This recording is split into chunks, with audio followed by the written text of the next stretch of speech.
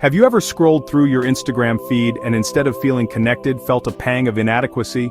We carry these powerful devices in our pockets, little windows into the lives of friends, family, even total strangers.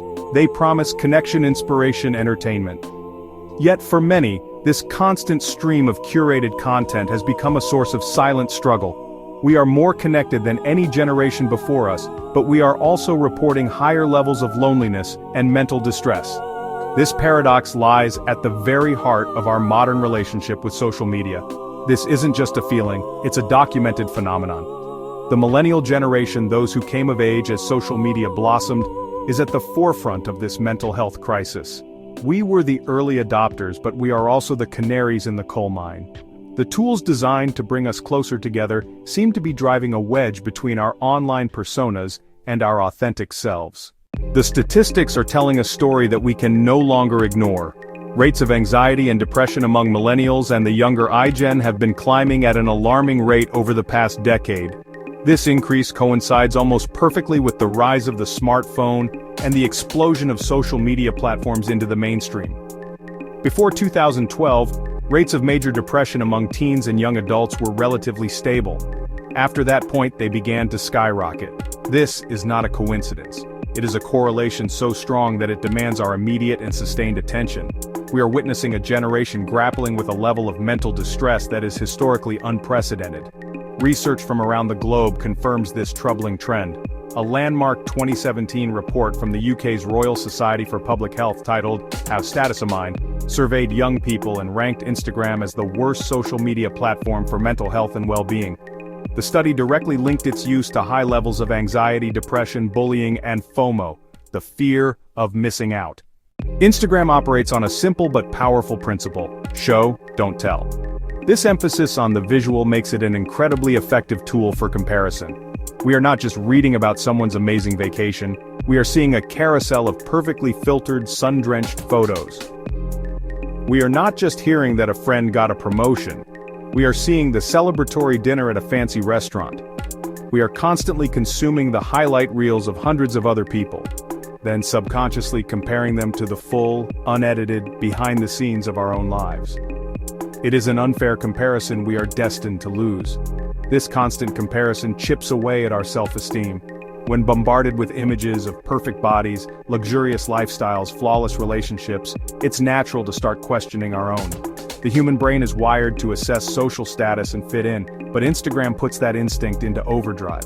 It creates a hierarchy based on aesthetics and perceived success, and if you feel on a lower rung, your sense of self-worth can plummet. The platform becomes a mirror, reflecting an idealized world, making our reflection feel flawed and inadequate. This is especially damaging during young adulthood, when identity and self-esteem are fragile. The gap between our online persona and our real-life self becomes a major source of stress.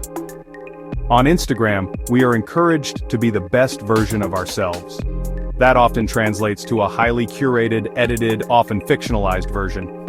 We post smiling selfies, not tear-stained ones. We share career wins, not rejections. We showcase beautiful moments, not mundane nor difficult ones. Maintaining this facade is draining. It creates cognitive dissonance, a conflict between who we are and who we pretend to be online. This pressure to perform authenticity while being inauthentic is a heavy psychological burden. This dynamic can lead to a dangerous cycle of social validation seeking. Likes and comments become digital currency for self-worth. A post that performs well gives a temporary dopamine boost, a feeling of being seen and approved. But the high is fleeting. It creates a dependency where mood is dictated by engagement. When a photo doesn't get as many likes as hoped, it can feel like a personal rejection. We become trapped in a loop of posting, checking, validating, outsourcing our self-esteem to the whims of an algorithm and a fickle online audience. The good news is we are not powerless against the pressures of Instagram. We can take practical, deliberate steps to cultivate a healthier relationship with the platform and protect our mental well-being.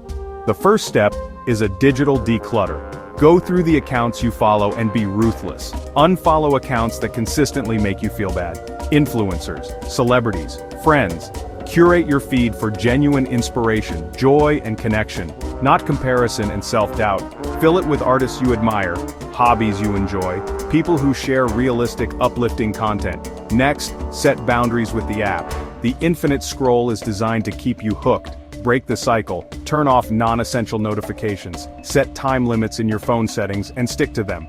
No phone zones, during meals, an hour before bed, on a weekend morning, move from mindless scrolling to mindful, intentional usage. Use the app to check in with a friend, use it to post a photo, then close it and return to your real life. Shift focus from consumption to creation and real-world connection. For every 30 minutes you scroll, spend 30 minutes off screen. If this resonated with you, please like this video, share your thoughts in the comments and subscribe for more content about mental health and digital wellness.